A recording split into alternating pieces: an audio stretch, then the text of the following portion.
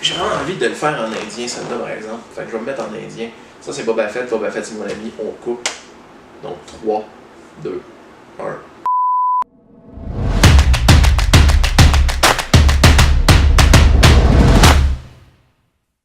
Bonjour tout le monde et bienvenue à l'épisode numéro 4 de Coup Critique. Donc, aujourd'hui, je vais vous parler d'un jeu qui est sorti le mois dernier au Gen Con, d'une équipe de production locale et d'un designer du Québec également. Donc, le jeu, c'est Mini Diversity de Maxime Tardif. La raison pourquoi j'ai décidé de parler relativement tôt de ce jeu dans ma longue liste de critiques à faire, c'est tout simplement parce qu'après y avoir joué 2 parties, mon Dieu, je suis tombé en amour avec le jeu. Si vous avez déjà joué à Adabi, le concept de base est très similaire. On joue avec des cartes qu'on ne voit pas et on sert des membres de notre équipe pour tenter de jouer les bonnes cartes. Mais c'est vraiment bien fait. Le but, c'est de sauver des espèces animales. Le niveau de difficulté peut être vraiment très variable, tout dépendant avec qui vous jouez. Donc, on peut se fixer un objectif de sauver 5, 6, 7, 8, 9, 10 espèces pour gagner la partie. Et on peut faire la même chose pour rendre la partie plus facile, attendre qu'il y ait 5, 6, 7 espèces qui meurent avant de dire qu'on a perdu la partie. Mais le jeu est vraiment le fun. Donc, le gameplay, super efficace. On ne voit pas ses cartes. À chacun de nos tours, on a une action. On peut soit jouer une carte sans vraiment savoir ce qu'on a, dire quelle carte un de nos alliés a, jouer le pouvoir spécial de notre personnage, ou revirer une île.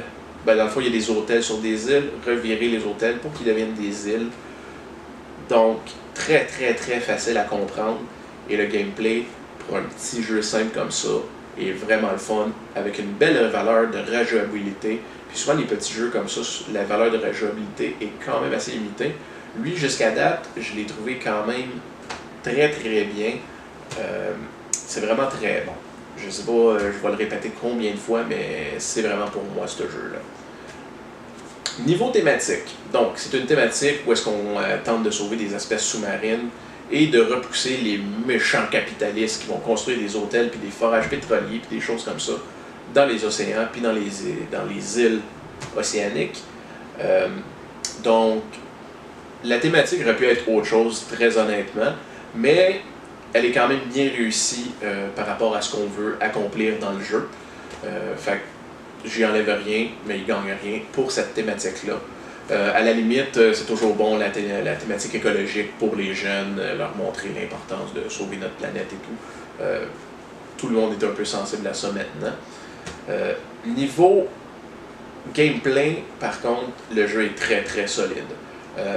Premièrement, parce que le jeu, pour un jeu coopératif, est quand même très difficile, à moins qu'on le mette à un niveau de difficulté complètement ridicule, niveau facilité. Mais si vous jouez avec les règles de base, où est-ce qu'il faut sauver, je crois, 7 espèces, jusqu'à date, j'ai jamais réussi à gagner une seule partie. Niveau esthétique, le jeu est très beau.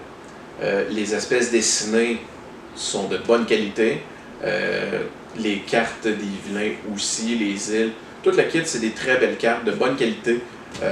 Et l'autre chose qui est bien le fun avec ça, c'est je sais pas où est-ce que je m'en vais avec cette phrase-là. Fait que c'est ça. J'ai pas d'autre chose à rajouter pour le moment. Fait que pour moi, c'est un crit, littéralement. La dimension que la place prend dans le jeu prend de place versus l'espace que j'ai. C'est sûr que ce jeu-là va rester dans ma collection pour extrêmement longtemps, si c'est pas pour toujours. Vraiment un des meilleurs petits jeux filler que j'ai joué depuis Bang the Dice Game, peut-être que j'aime autant, que ça fait quand même longtemps que j'ai. Je crois qu'il n'y a pas un autre filler qui a réussi à coter depuis ce temps-là. Donc, Mini Diversity, tout un crit pour moi.